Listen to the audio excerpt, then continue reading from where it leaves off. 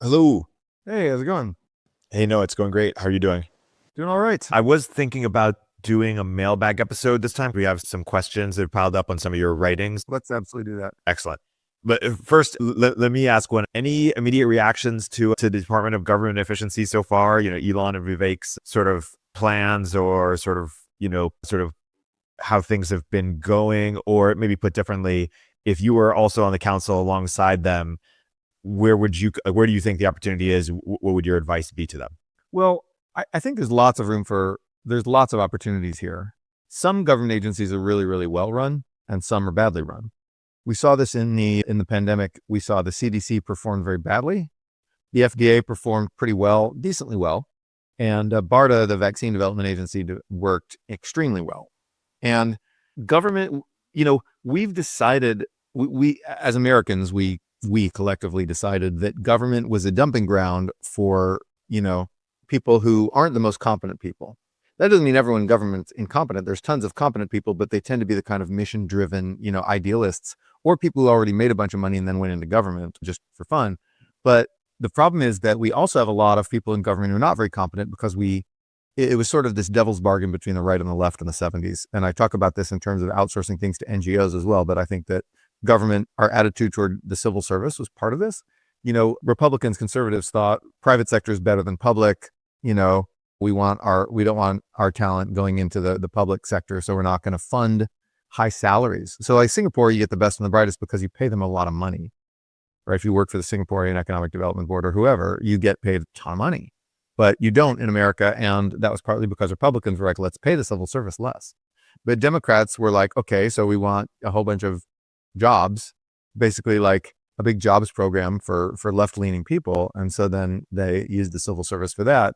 But those people, are not necessarily the most competent, dynamic people in the world. And so I think that you have, and of course you weakened the criteria for hiring people. So, when I was trying to do a little, what would you call it? Like a public health, interest group during the pandemic, trying to get better contact tracing. We did this for about 6 months, and we were making lots of progress, but whenever we had to interact with anyone from the federal government, it was a giant disaster. They had no idea what was going on. They didn't know how their systems worked at all. They just seemed like, they were eager to meet us, but they did not know how their own systems worked. And they did not, they seemed very uninterested in changing anything from the typical way that they did. I don't want to say that there, obviously there's room in an economy for people like that, or we have to find jobs for people like that in our economy. They're not just going to sit around at home and watch Netflix. But certainly we got to allocate. We have to prioritize and allocate talent to where it's needed most. And if you believe that the civil service is important, which I do, then you should actually allocate better talent to it. And so the question is whether Elon and Vivek are, whether they take the attitude of let's have a super competent civil service like Singapore, or whether they take the attitude of let's just drown the civil service in a bathtub because the private sector is great and we don't need no government and anarcho-capitalism, blah, blah, blah. And so it could go either way, because I'm with Tyler Cowen in, Tyler Cowen's state capacity libertarianism. I think Tyler's absolutely right.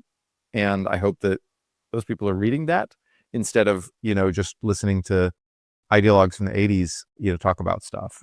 Because the idea of what we've seen again and again is that weakening the civil service leads to groups like the groups, or these toxic nonprofits filling that gap, right? And then if Republicans don't make the civil service try to hire competent people, Democrats are probably going to use it as a sort of a jobs provision program for, just the masses.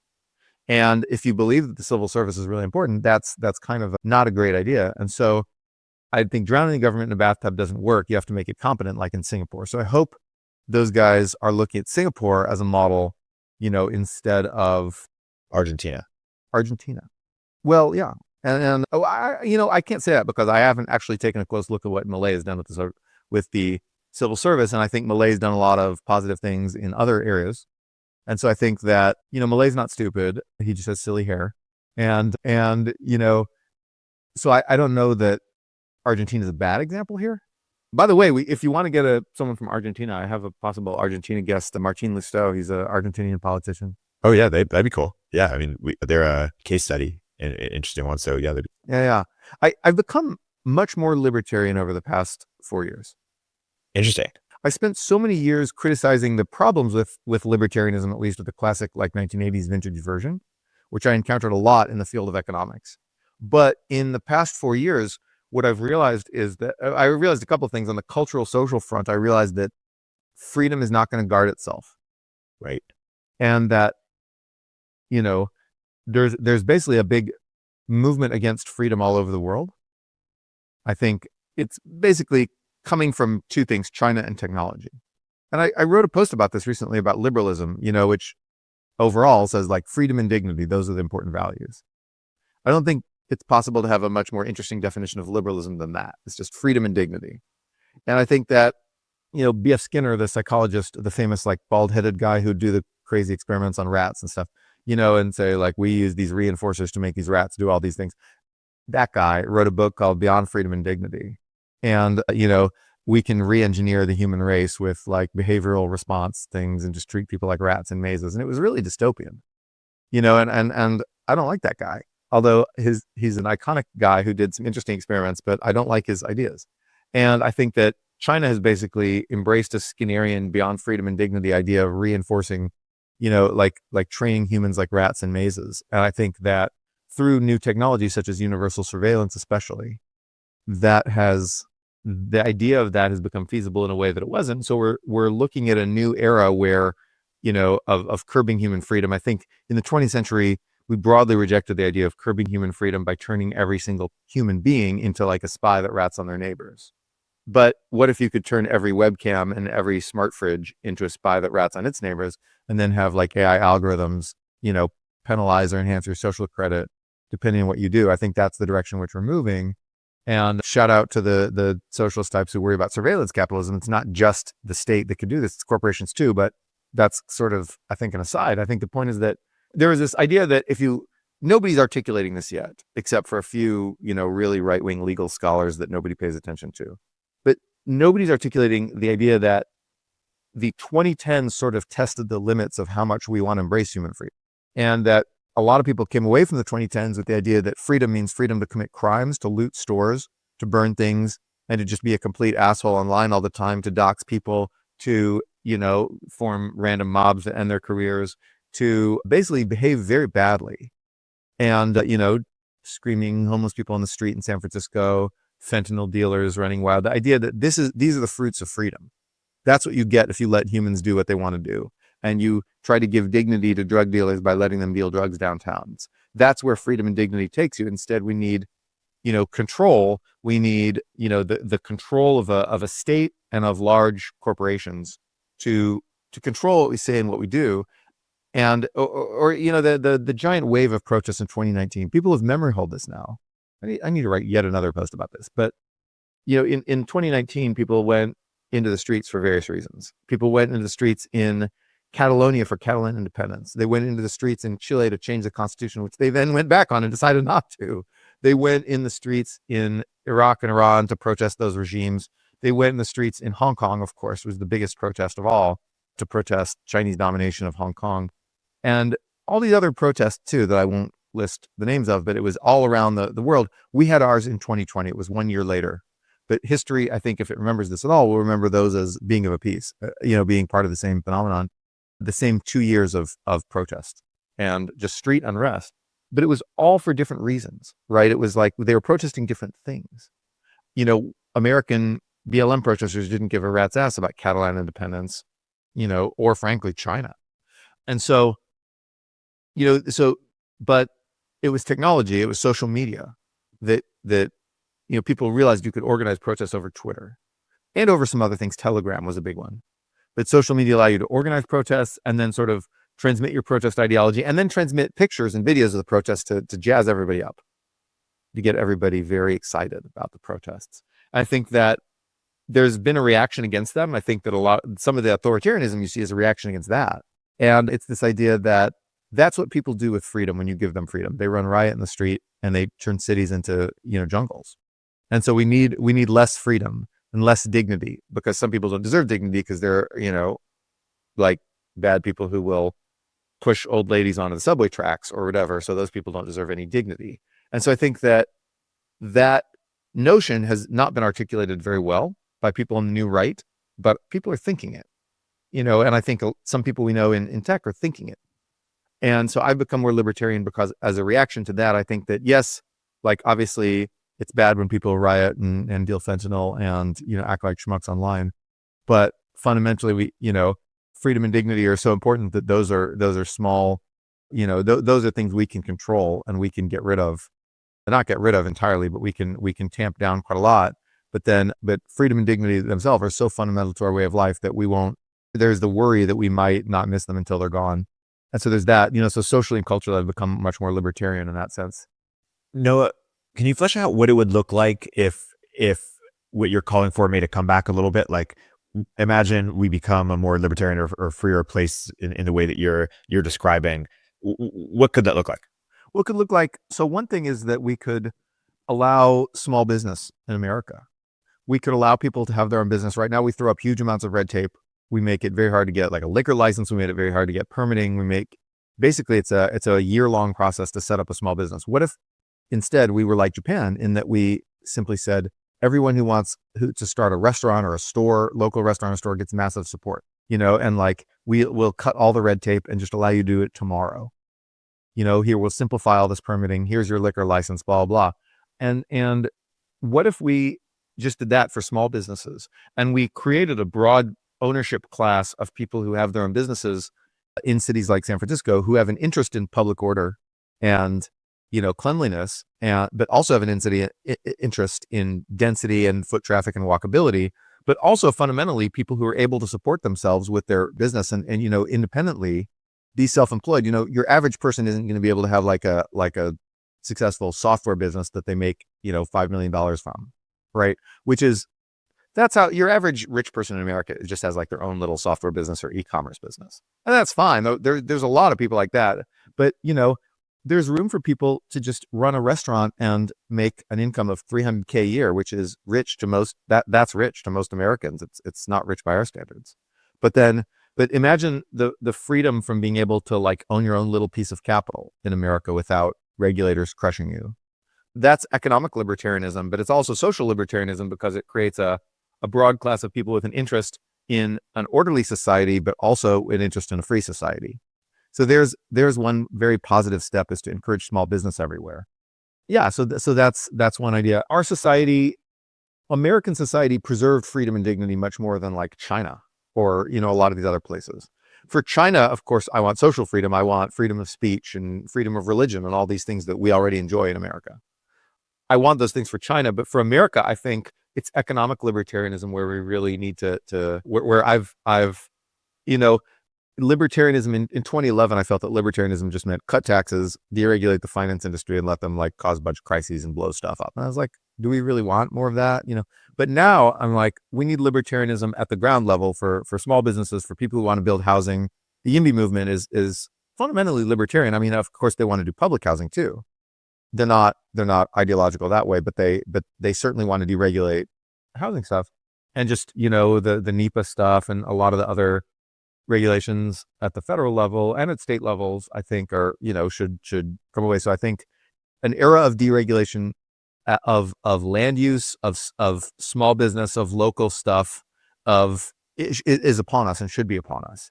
And so I've become much more libertarian watching the Biden administration struggle to get its own policies through its own regulations and contracting requirements was a big, I guess what they say, black belt for me. Watching them fail to get like any EV chargers or rural broadband built, watching high-speed rail fail to get built. That stuff is holding back the government efforts, but it's also holding back the private sector. And for so many years, we were told that it was just a matter of funding. If we just had the will, we'd tax the billionaires and then we'd fund high-speed rail and we'd fund chargers and we'd fund rural broadband, we'd fund all these things and then we'd have a paradise. But it didn't happen. The Biden administration's great successes have been crowding in private capital, throw a little bit of CHIPS Act money, and then a whole bunch of private companies decide to build a whole bunch of fabs in America. That sort of industrial policy where the government only puts up a little bit of money and then sort of regulatorily clears the way for the private sector. Because as you know, CHIPS Act doesn't use NEPA, right? It has NEPA clearance. It doesn't have to go through that. But then that stuff is very effective. But then the stuff where the government actually comes in and does it itself has proven not to be effective. And so that doesn't mean that government will never do anything effectively, because obviously the CHIPS Act is working really well.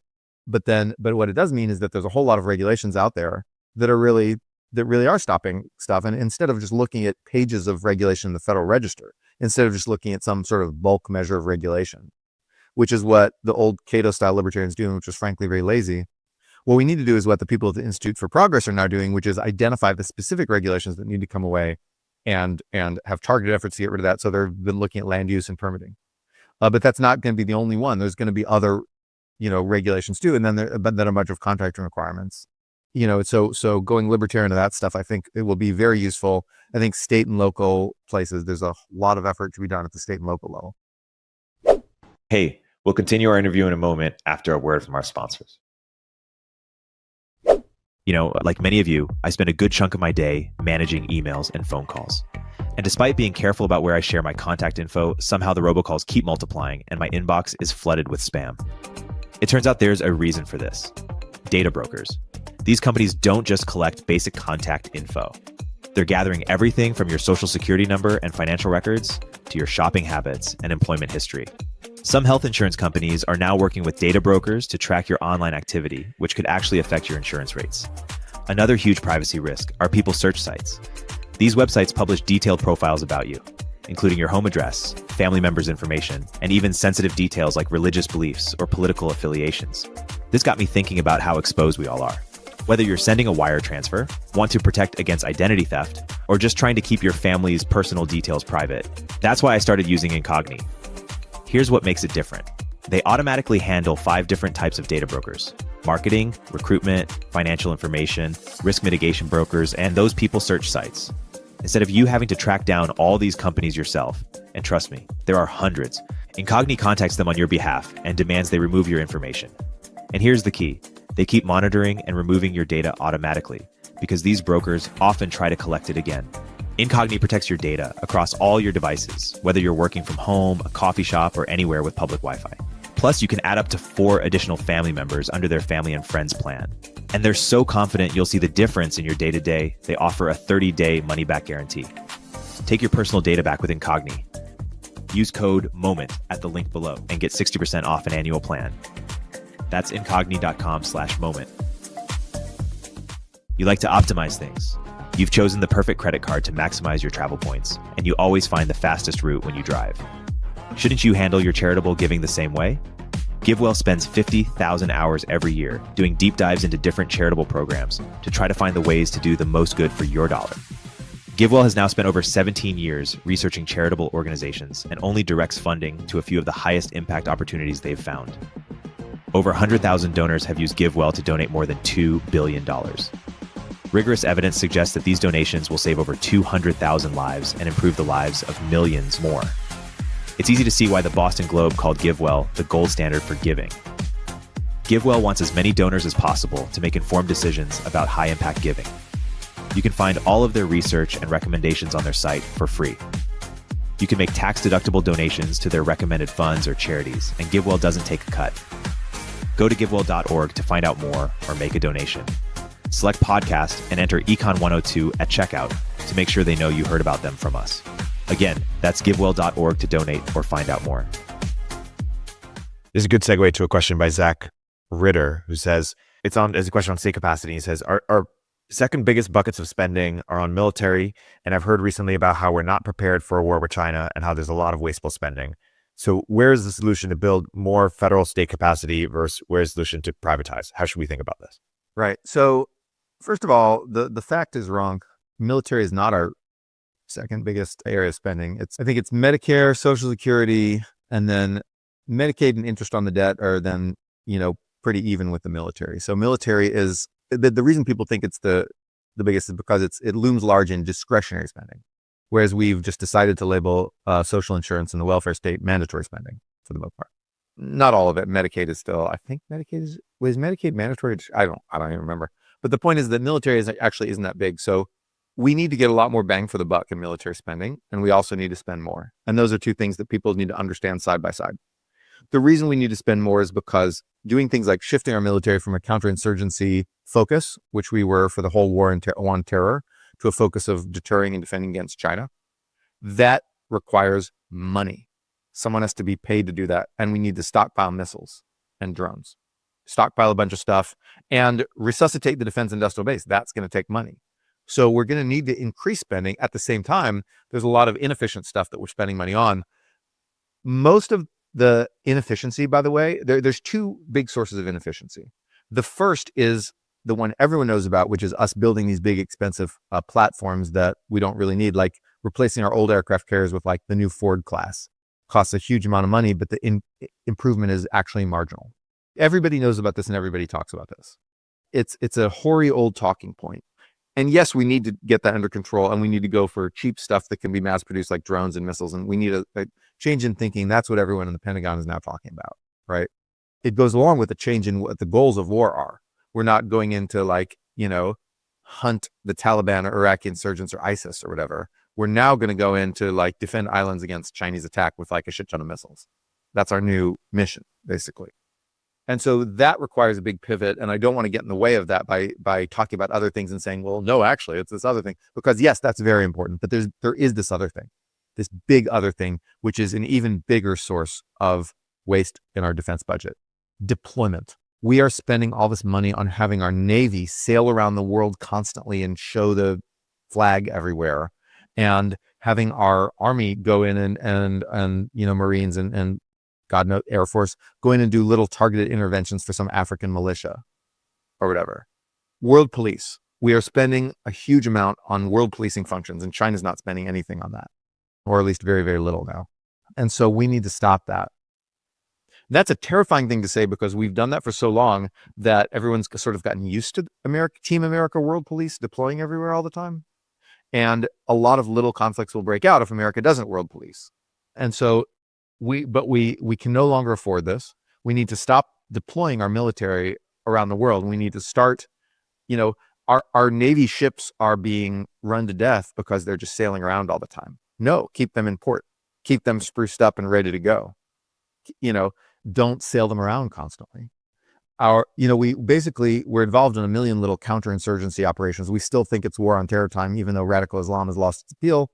And, you just don't see a lot of people rushing to join ISIS and Al-Qaeda. It's not that big a threat. Obviously, we'll have security services continue to go hunt down terrorism and cut off their financing and arrest them and kill them or whatever, right? Like, we'll have a little bit of that, but then the idea that we just have to have our whole global military deployed all the time everywhere has to go away.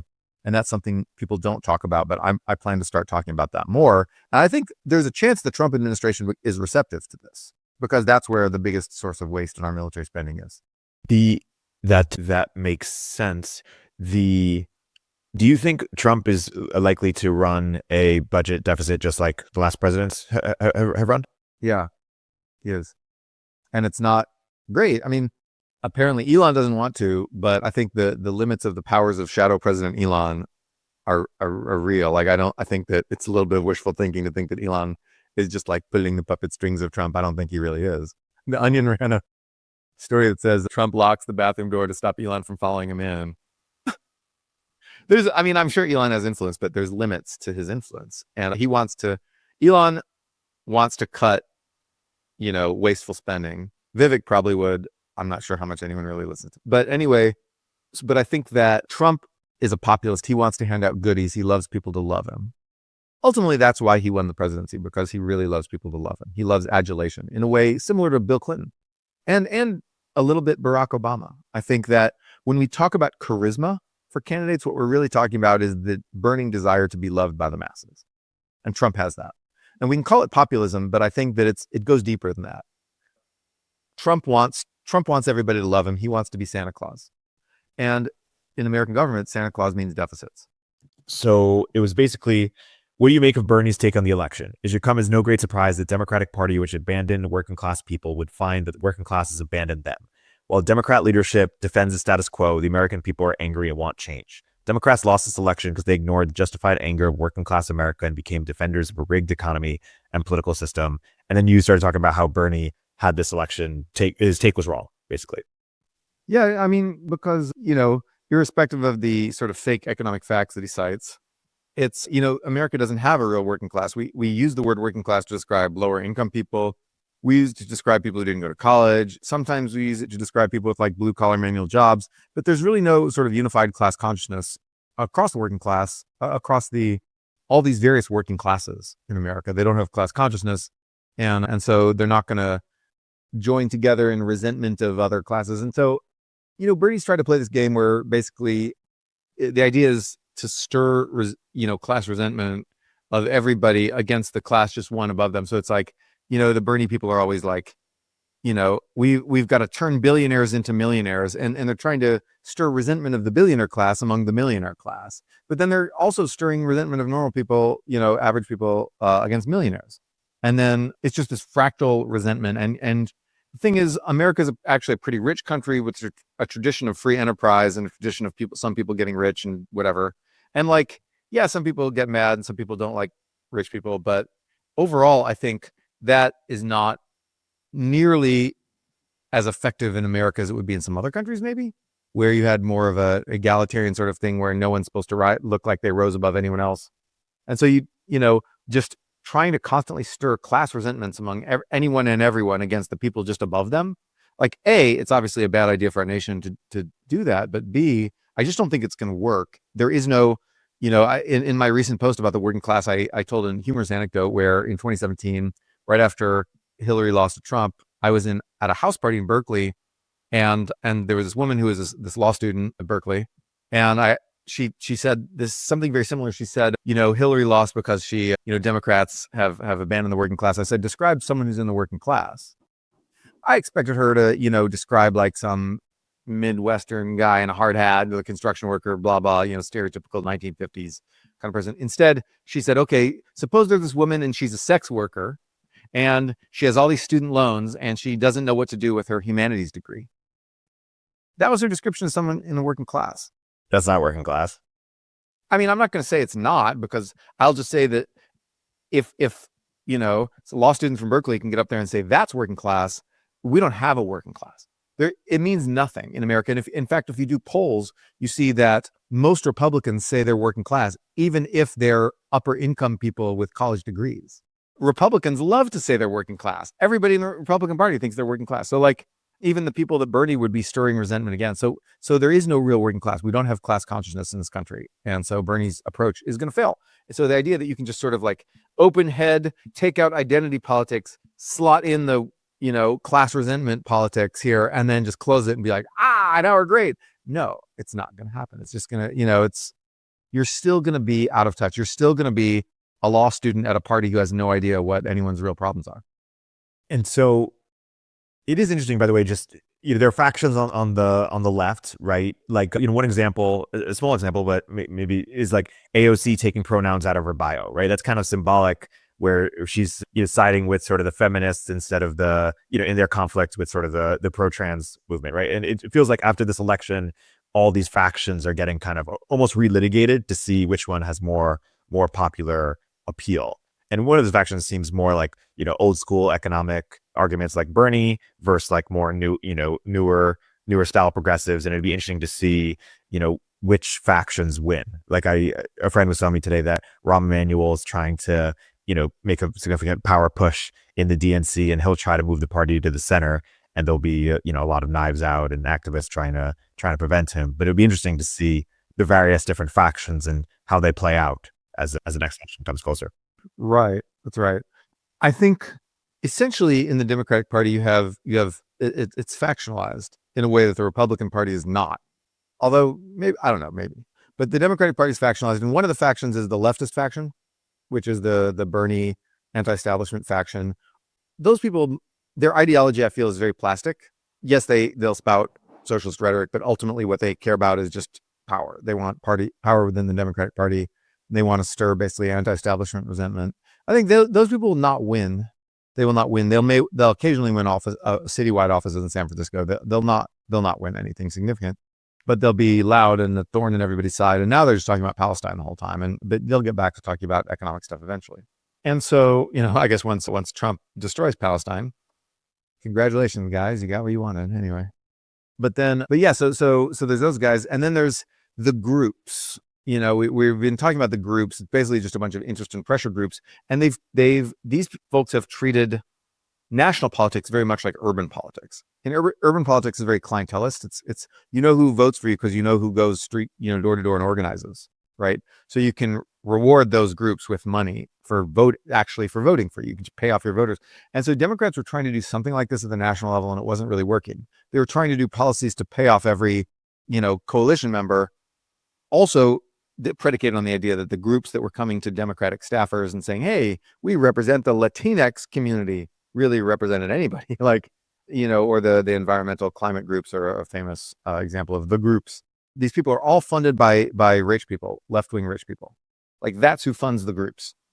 And there's this whole culture of non-profity, activisty, internal cancellation wars and stuff. And a lot of these groups' funding is getting cut off right now because they all canceled each other and they were all very ineffective and everyone kind of hates them.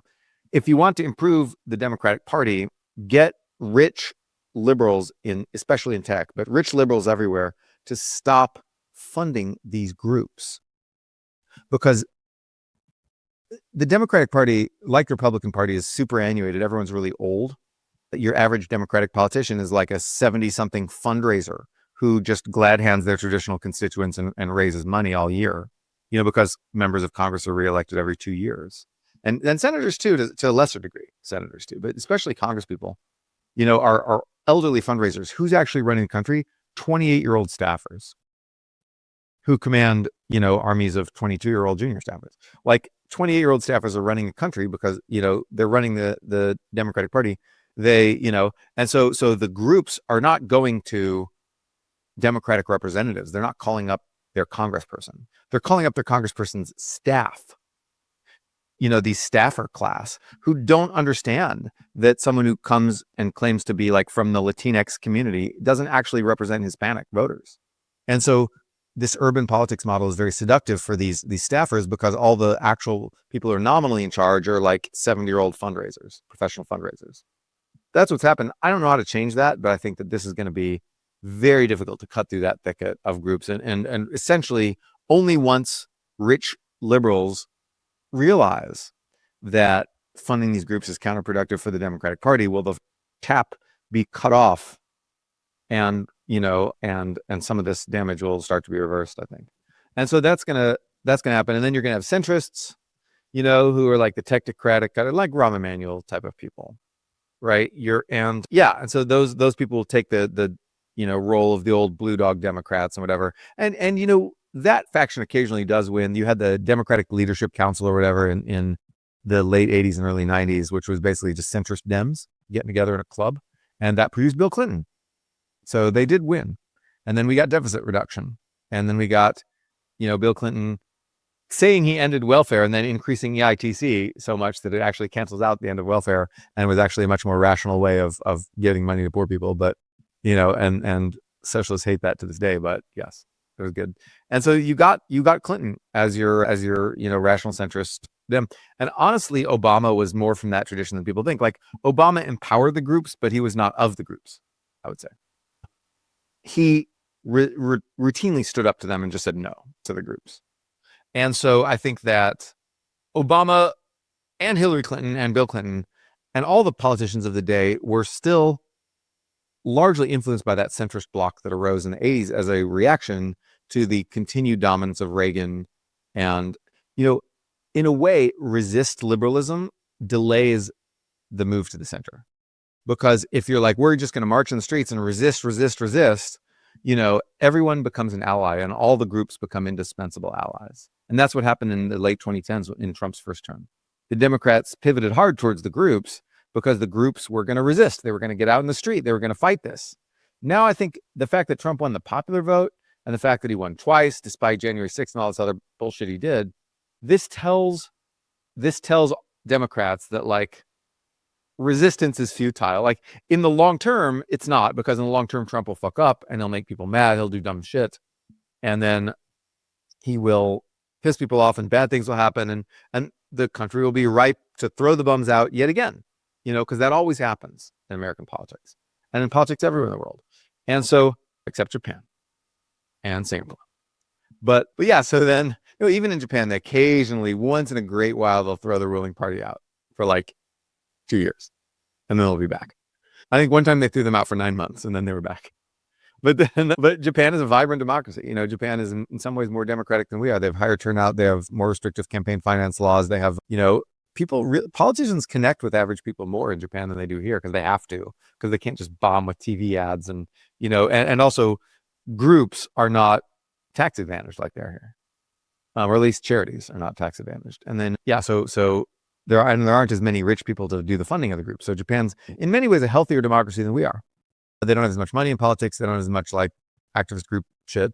They have just like mafias and construction workers coming and buying votes, or getting votes bought. But so anyway, people throw the bums out. But the point is that I remember in the day after the election in 2016, some leftist guy that my friend knew got on the Facebook wall because everyone was still arguing about politics on like Facebook walls. He was like, I want this guy out tomorrow. I don't want to wait 4 years. I want him out tomorrow, right now. I need him out of there. And I was like, well, what are you going to do? And he just sputtered. He had no idea. It was like this idea that if you just got angry enough, you could make Trump go away.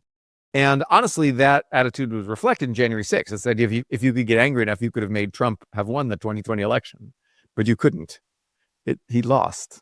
And so anyway, but Democrats were like this for a long time. Progressives were like this for a long time. If we just get angry, there was the Women's March, today, pussy grabs back, and everyone wore a pussy hat and, marched in the street.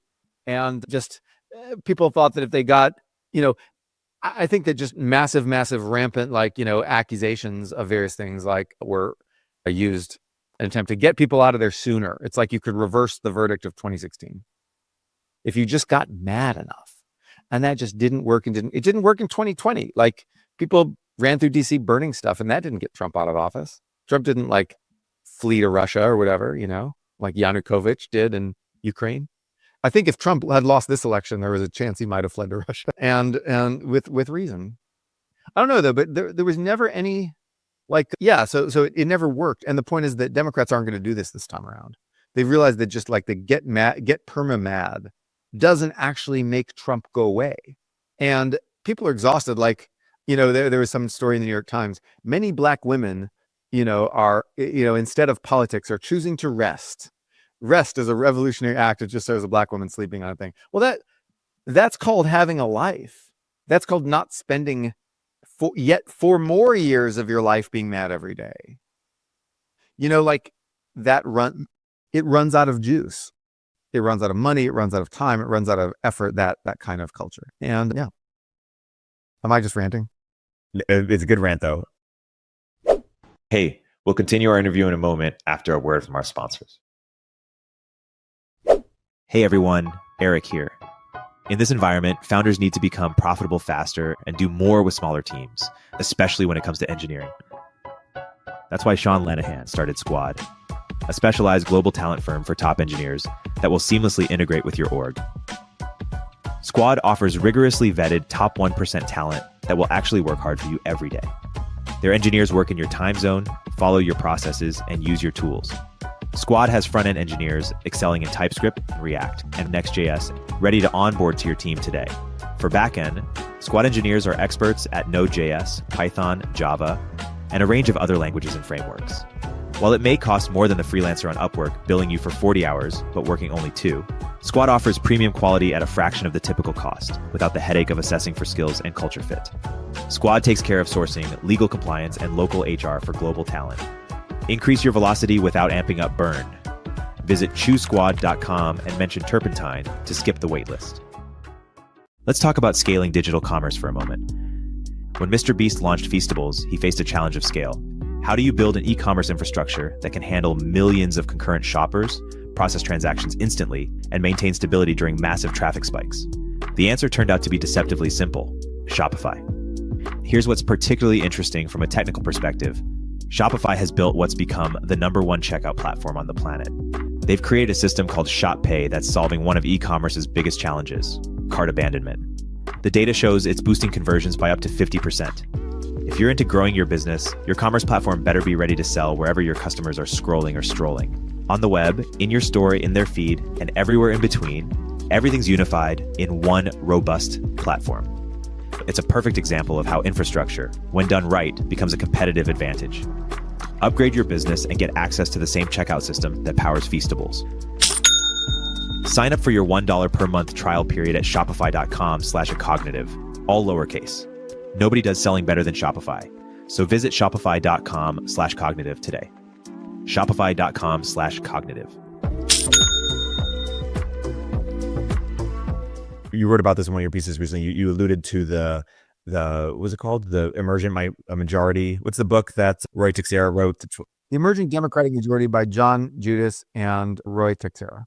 Yeah, sort of 20 years ago, saying that the future was bright for Democrats if they could sort of harness this multiracial democratic, that the demographics were serving their interests. Has that theory turned out to be false, or how do we look at the legacy of that theory? Absolutely. So in fact, that's what my latest guest post was about by Durini Srinivas, who you should meet, by the way. She's fun. But anyway, it's basically the idea that Hispanics and Asians were part of a BIPOC coalition against whites. So there's this idea that the future of the electorate, and this was not John Judas and Roy Teixeira's theory. Those guys just looked at crosstabs. Those guys just said, "Whoa, look, Hispanics are voting 58%, 60% Democrat.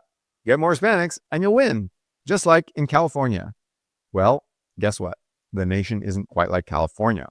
Newsflash. And Asians, of course, people are like, well, maybe they'll be white adjacent because they make more money than white people.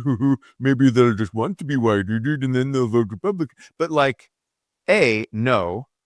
Like, if you ask your average Asian person in America, would you like to be white? They'll be like, no.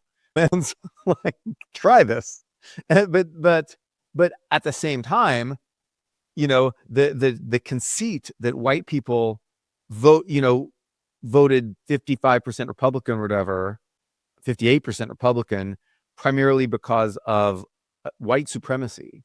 That was always broken. That was always wrong. There were a lot of issues, that people cared about, that white people cared about. And, I think the last Democrat to win white voters was LBJ.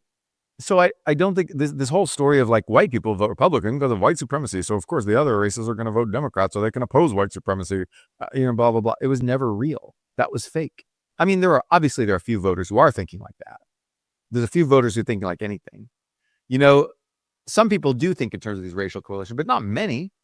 And certainly not enough, to make a big difference in these national elections. And so now you've got, I think, 54% of Hispanics voting for Harris. That's a much smaller margin. And, I'm sorry. Yeah, 54%. And then around the same percent of Hispanic men actually voted for Trump.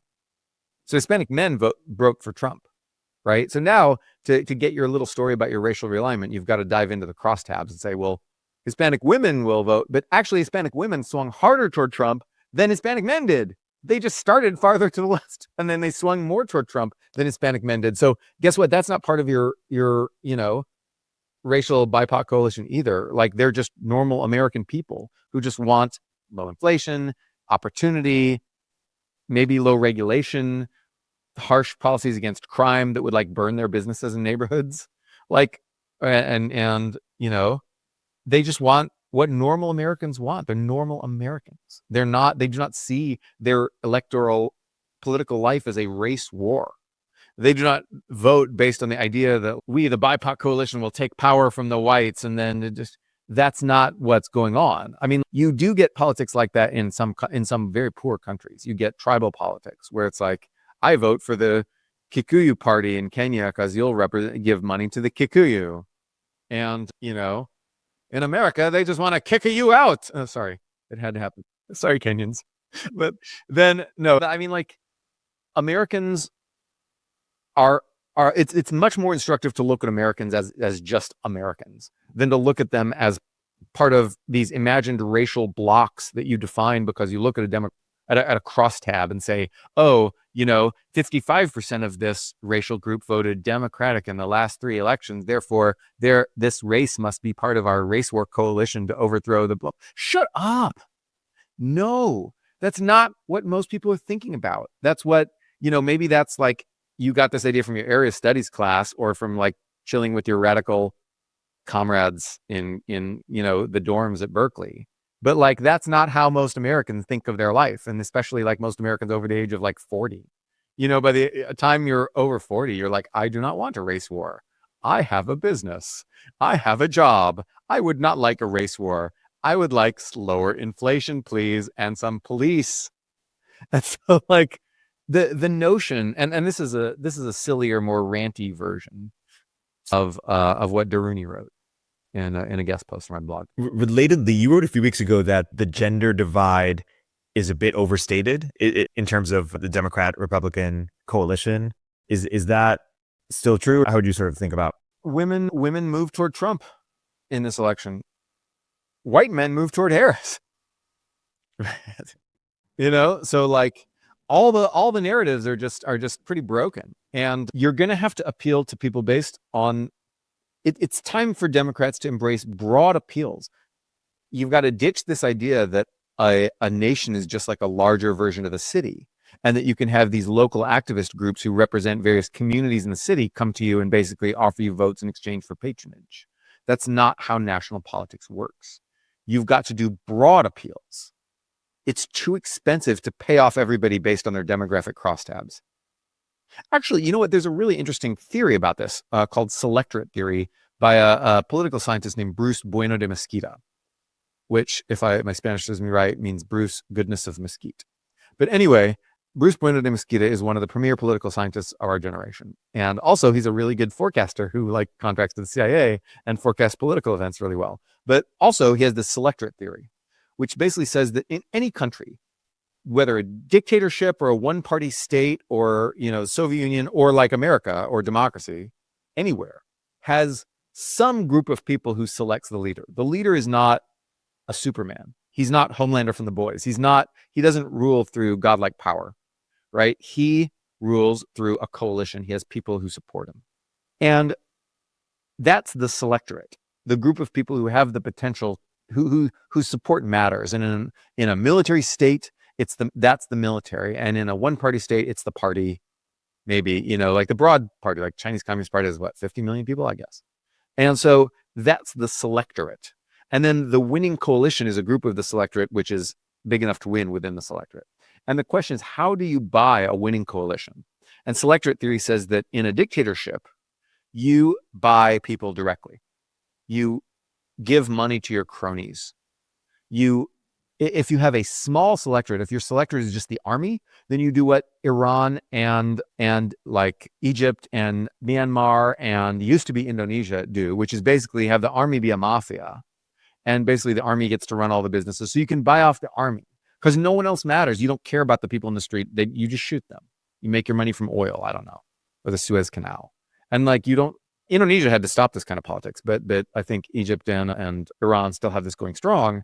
Pakistan to some degree has it going, where just the army rules shit and they're the mafia, and you can pay them off.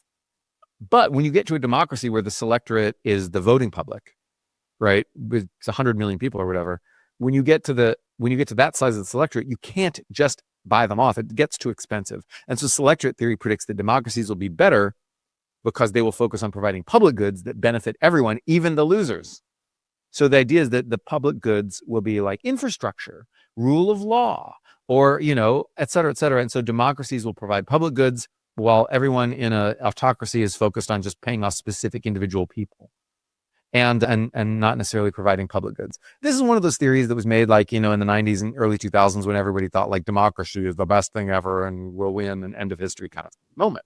But I think there's something to it. And I think Democrats have been trying to buy people off too specifically. They've been saying, okay, here's, this group, which this community, quote unquote, which is represented by this activist group that talks to our staffers, or more accurately, about 60 different activist groups, all funded by left-wing tech guys. And so then here's this community, we'll buy them off by doing these different programs. So student loan cancellation was insanely expensive, regressive. Nobody really wanted it, but Biden did it because there were these groups who came and really fought for it hard in order to buy the young people community. And guess what? They shifted toward Trump. Anyways, but that was an attempt to buy off, but it was insanely expensive. So Democrats, they have this idea that you can buy off these, that communities one by one by getting a group, capital G group, to tell you what the community wants, and then passing a giant budget item based on what the group tells you the community wants. And it's just not working. Because it's too expensive, the Selectorate theory, but student loan cancellation being the biggest thing, or various healthcare subsidies. There's all kinds of things that they did.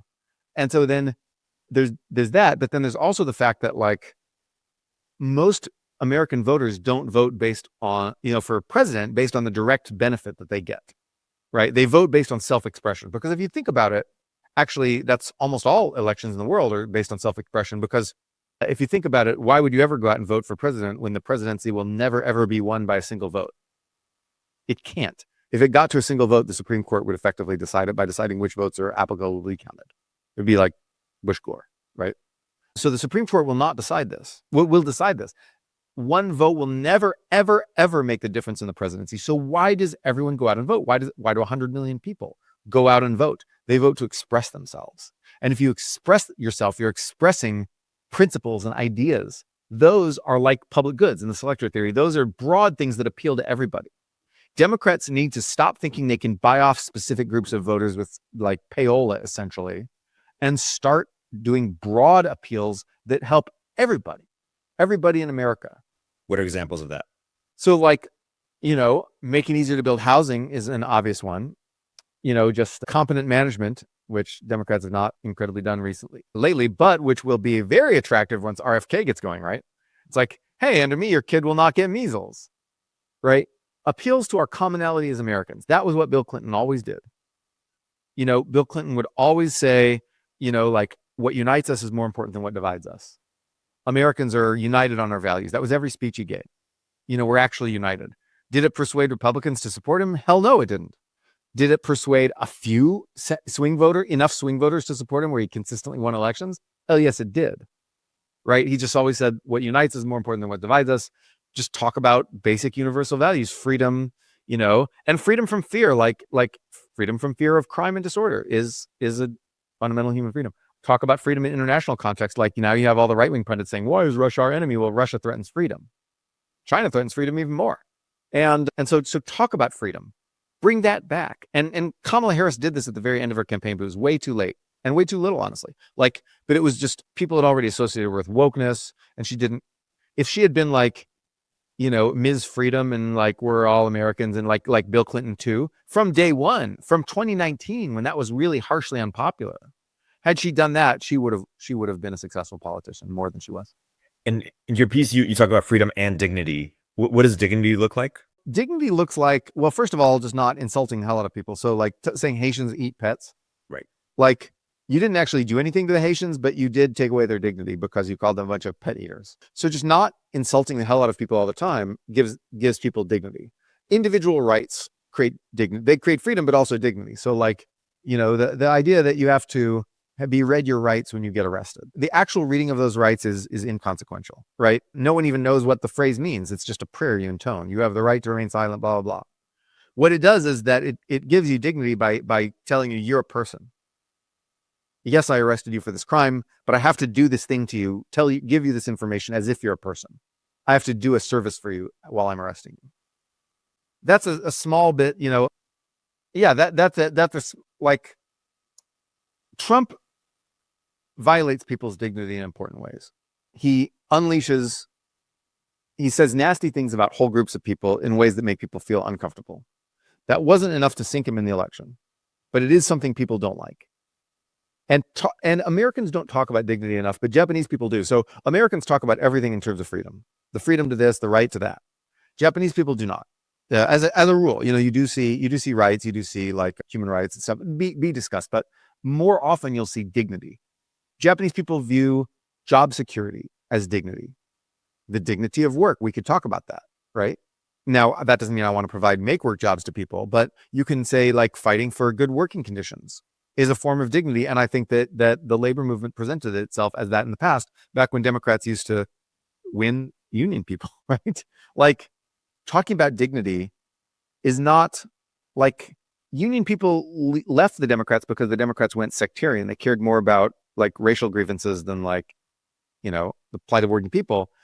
that doesn't mean we need class solidarity and like we're gonna make all the union people hate billionaires and vote. Like Bernie's shit is not gonna work. Like union people don't sit around thinking about how much they hate billionaires. They sit around thinking about like, how do I get society to respect me despite the fact that I like move stuff around with my muscles instead of like trading stocks.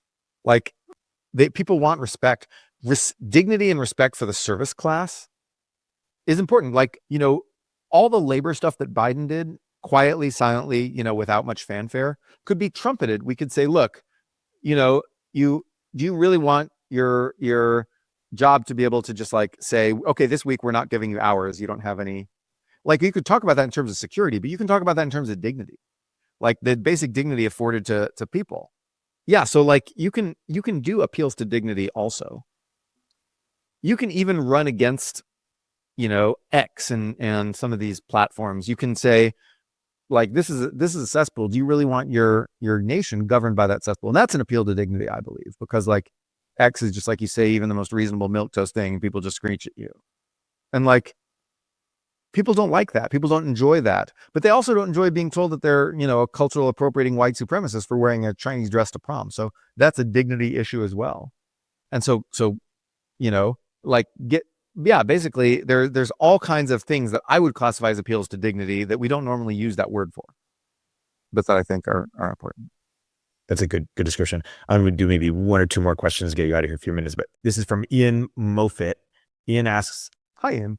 I know Ian. Ian says, I like you, I'm a YIMBY, and I have a pro-immigration bias. However, I find most people I meet are not sympathetic to YIMBYism since they don't like it when their neighborhoods change quickly and they want to maintain their neighborhood's cultural character.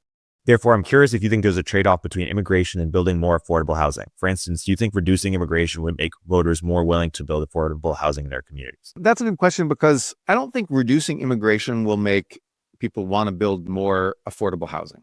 So no, I don't think so. Honestly, immigrants are all very upwardly mobile. And that means that your average poor immigrant is poor because of where they were born, not because, they're on drugs or they had family problems or whatever, or they're just unlucky, right? Or they just, whatever. Immigrants that are poor because they're hardworking and they're going to be not poor soon. So having poor immigrants live near you is actually much safer than having poor native-born Americans living near you. I don't know if people see it that way, but that's the truth. And so I don't think that, but what I do think is that I don't see the connection between immigration and housing. I mean, like, obviously immigrants need to be housed somewhere, right? But this is the idea that we're going to make housing affordable by kicking immigrants out. And you may, but the problem is then you also reduce house prices, which are the main source of wealth for the middle class, right? Most Americans' wealth is in their owner-occupied housing. And that owner-occupied housing, the price of that, your wealth, your nest egg, your retirement plan depends on demand for that housing. And if you kick out a bunch of immigrants just to lower rents, you've made life easier for renters, but you've also tanked the wealth of the American middle class. So think about that. Anyway, but then in terms of nimbyism, I agree that there's a trade-off that some people don't want their communities to change. Some people are afraid that poor people will bring disorder to the neighborhood, et cetera. The way to solve that is hyperlocal. So Houston has this program where basically small, a few block area can like vote to allow housing just in that tiny area. And Arlington, Virginia has something somewhat similar. Basically, allow the NIMBY blocks to be NIMBY, but only by the block, or maybe like a collection of 6 blocks, like a small area. Allow the NIMBY areas to be NIMBY. Allow the YIMBY areas to be YIMBY because why are they YIMBY? Because their property values will go up from density because, they can like if you own land and stack more apartments, you can like make more money, right? And so you can make more money. And so they want it, or they want, they have some businesses nearby they want traffic for, or whatever. They just want, and then you can do some property tax sharing where you have micro property tax sharing. So like if you allow density in your little area, then we're going to get, then some of the property taxes that go to the city from that area get rebated to you. So you basically get money from this density. We pay you to be dense, right? But then if you want to be NIMBY, you can just be NIMBY. Have your quiet streets, have your suburb within a city, and you can do that. And so micro neighborhoods, I think, are the way forward. Yeah, that makes sense. Ian has a related question where he says, I think your recent post about immigration failures of progressive overreach have been excellent. In regards to democratization of immigration, how far would you be willing to go? For instance, if most voters wanted to establish quotas from certain countries, should policymakers always be obliged to follow suit? As for better or worse, these policies seem very popular among voters.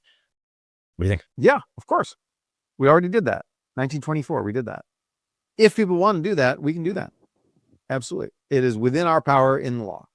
In fact, we already have soft quotas because we have our quotas now are by the size of country. So we massively discriminate against India, China, and other big countries in favor of like, some tiny little countries like Haiti or Jamaica or something, or like Andorra. Basically, there's no difficulty immigrating from there. But India, forget it. Like, it's really hard because you're competing against like 1.5 billion other Indian people.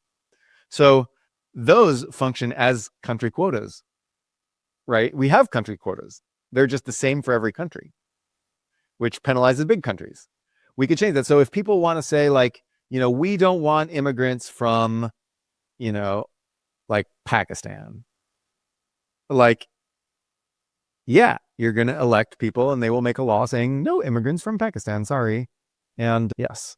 And then we might be in trouble because Pakistanis bring a lot of like high skilled immigration talent to America. But I'm just saying, like, you can do this if you want. We did it before and the Supreme Court never struck down. You can do country quotas. You can do what they did in 1924 was actually country quotas based on ancestry, backdated. So they took a date before the big immigration boom from East and South Europe and said, your, quotas are based on how many Americans were living here before that big immigration boom began. So it was intentionally aimed at restoring the demographics of pre-boom America, of like, 1870 America or whatever.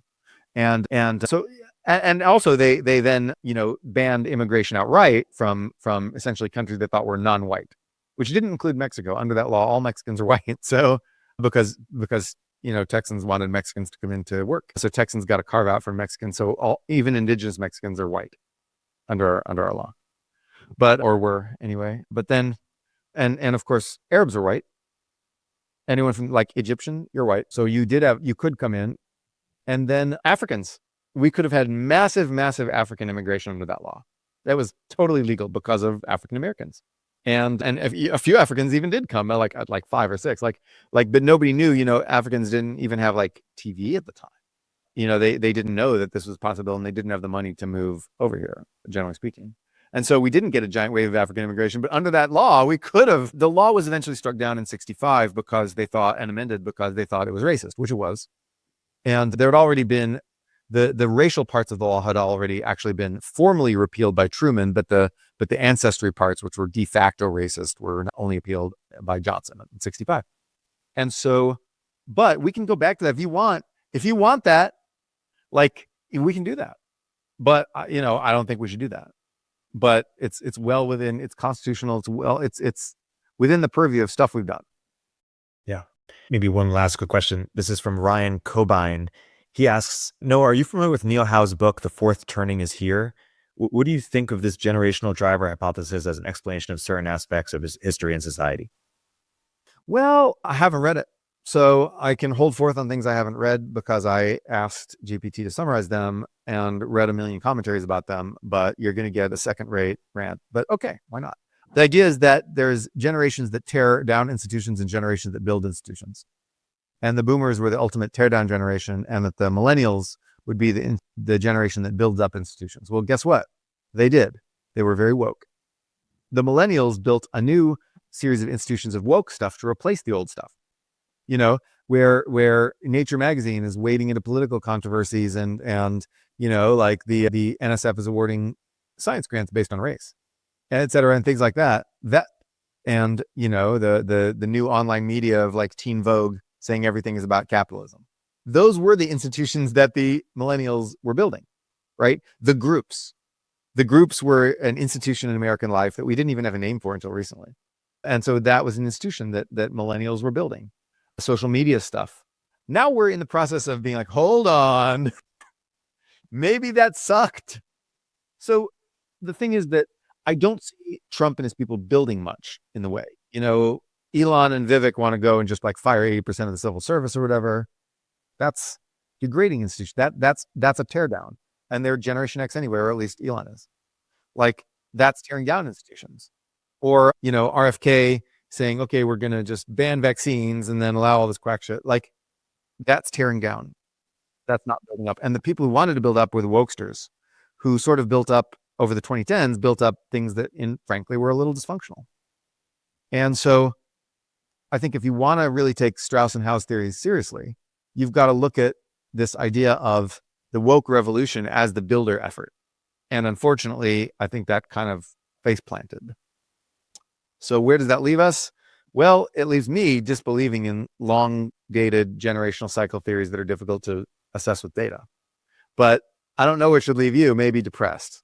And Howe is part of a broader group of people like Peter Turchin and others who try to, do these sort of big history, this kind of thing, right? I think Turchin's actually more right. Turchin actually has hit on something. Like, we do have a sort of a 50-year cycle of unrest. And so I think Turchin is more right. And I called the peak of unrest in 2020. And I actually, maybe Turchin and I made a bet. But in Twitter, we had an exchange back when it was Twitter. We had an exchange where he said, he did his little calculation. He said the peak could come anywhere between 2020 and 2026. And I said, 2020, that was the peak. It ain't going to get crazier than that in America. Now, we might have a world war, but we're not going to have, people like marching to the street, burning it, whatever, and people will get exhausted. I see the exhaustion setting in. And he's like, no, I think that the center of my point estimates is in 2024 as the peak of unrest. Was it though? Was 2024 the peak of unrest? We had like a few people slagging each other off on Twitter before the election. And overall, yes, a couple crazies tried to shoot Trump, just like a couple crazies tried to shoot Ford in 76. Right? It was almost exactly the same as when a couple crazies, and then one crazy did shoot Reagan. Right? You had some crazies just taking pot shots at a guy, and then what it was 75 they tried to shoot Ford. So, but broader unrest in America was already falling by the time randos were trying to shoot Ford. Right? And especially by the time some rando shot Reagan, like, that guy was trying to prove his love to Jodie Foster. Like, he wasn't even, that was his whole thing. And people were like, oh, unrest is over. It's just a few random crazies out there, like, just creeping on Jodie Foster. Ultimate irony, she was gay.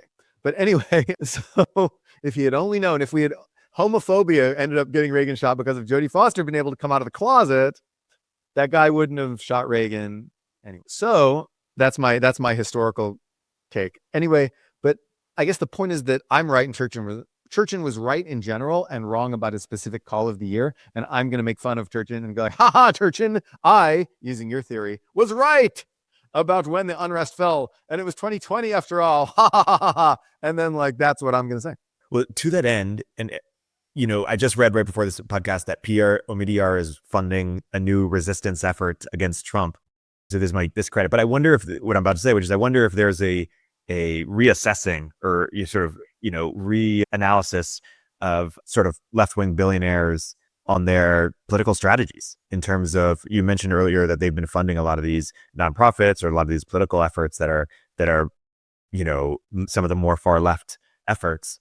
And I wonder if there's sort of assessing and say, hey, those either haven't been effective or they haven't been effective functionally in terms of cities operating well, but they also haven't worked electorally, or at least not now. And so maybe those organizations will get less support, or maybe these billionaires are just hopelessly ideological and going to keep plowing, good money after bad, so to speak, the pal jobs of the world, not to actually, I don't know if that's accurate. Maybe I should take that out.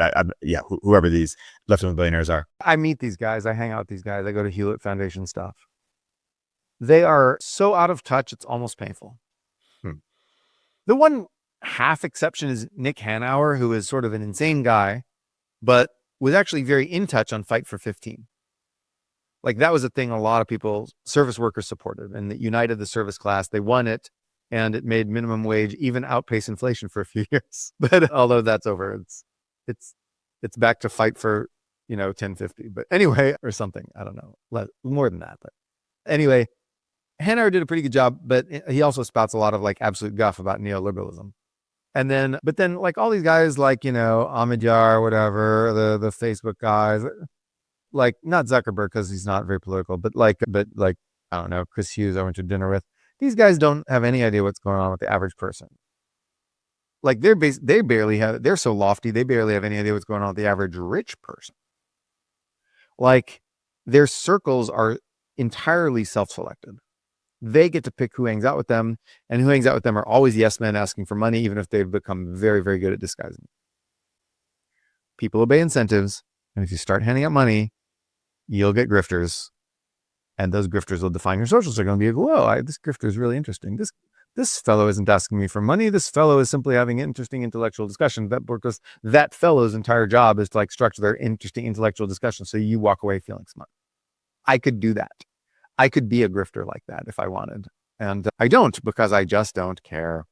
But I could. And these people are so damn out of touch. And then like, this is where a lot of the money for the groups is coming from. And so I don't know what to do about that other than to like make more things taxable. Because like somehow even the richest person will get very annoyed if their charitable donations are not tax deductible.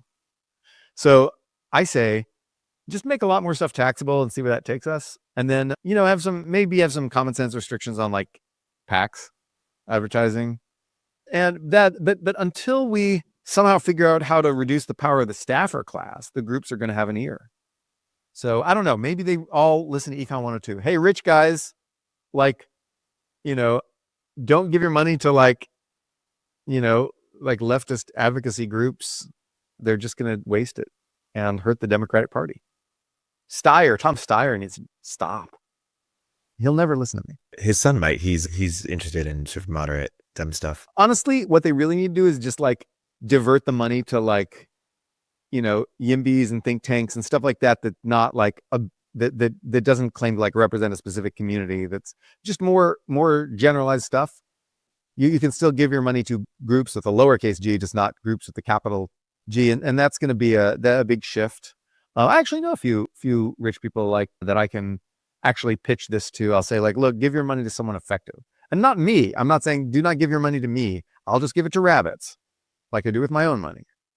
Just no, give it to like some people who are trying to figure out how to like grow and build and blah blah blah.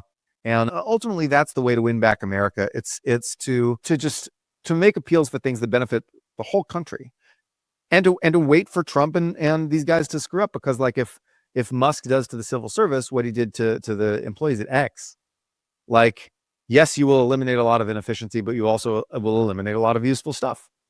And then people will get mad because like, there's stuff like my Medicare didn't get processed. Oops. Now I don't have Medicare. My veterans benefits didn't get processed. Oops. You betrayed the veterans. And so like, Finem Respique, you do this stuff, you mess around like this. I hope it's just guff, right? I hope it's like they don't end up cutting much. Except I hope they do actually fire some, useless people, and then but leave enough. You can't fire 80% of the civil servants, but maybe you could fire 20%. I don't know. I hope they do that, but I'm not optimistic, because like I saw what Elon did to X, and I don't have any trust in Vivek at all. And I think that when people get mad and like there's a massive backlash against, letting guys like this screw up stuff, and everybody's getting measles because RFK said not to get vaccines. So all your kids are getting fucking measles like it's the, 19th century. Like maybe people will realize that elections have consequences, but I hope they don't do that. I hope they just talk a big game and talk a lot of guff and then don't actually do that. But if they do it, it's going to provoke a backlash and people are going to get mad.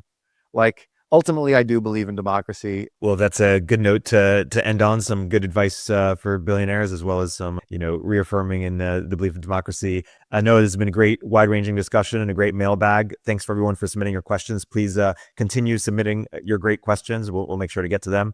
And Noah, as always, until next time. Until next time, sir. Hey, everyone. Erik here. At Turpentine, we're building the first media outlet for tech people by tech people. We're the network behind the show you're listening to right now.